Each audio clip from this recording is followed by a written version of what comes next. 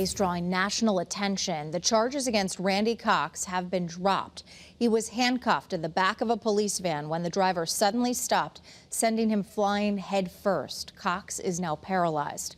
Channel 3 Eyewitness News reporter Eliza Krasinski is live in New Haven tonight with what comes next in this case. Eliza. Aaron, good evening. Randy Cox was originally charged with carrying a gun without a permit and breach of peace, but those criminal charges were dropped today. However, there is still an investigation and a lawsuit underway after Cox was seriously injured during transport. Randy Cox is paralyzed from the chest down, and those charges being dropped, Mayor Eliker says, was the right decision. Randy could possibly be paralyzed for life, and in my view, that's punishment more than anything else. The courts found that the officers involved followed proper procedure while arresting Cox, but city leaders say what they did after he was arrested and during transportation was wrong.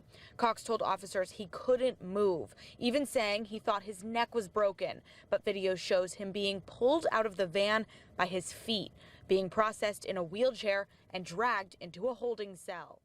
Totally unacceptable, and we want to make sure that that never ever happens again.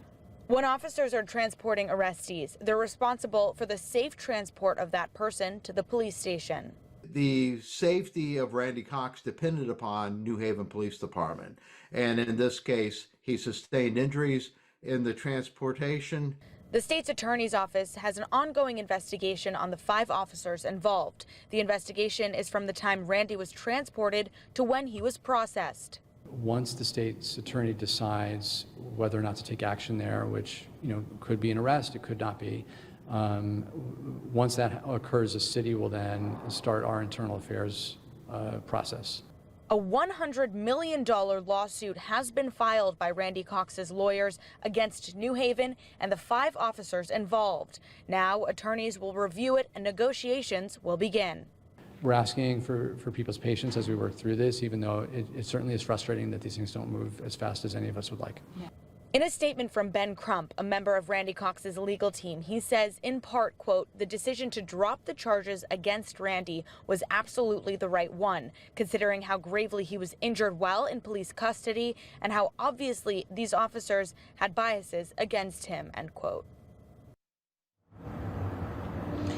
And Eliker says that changes have been implemented. They've made sure that those vans do have seatbelts in them, but they also changed the policies where they aren't really using the vans anymore unless it is a big event. And a lot of people are being arrested.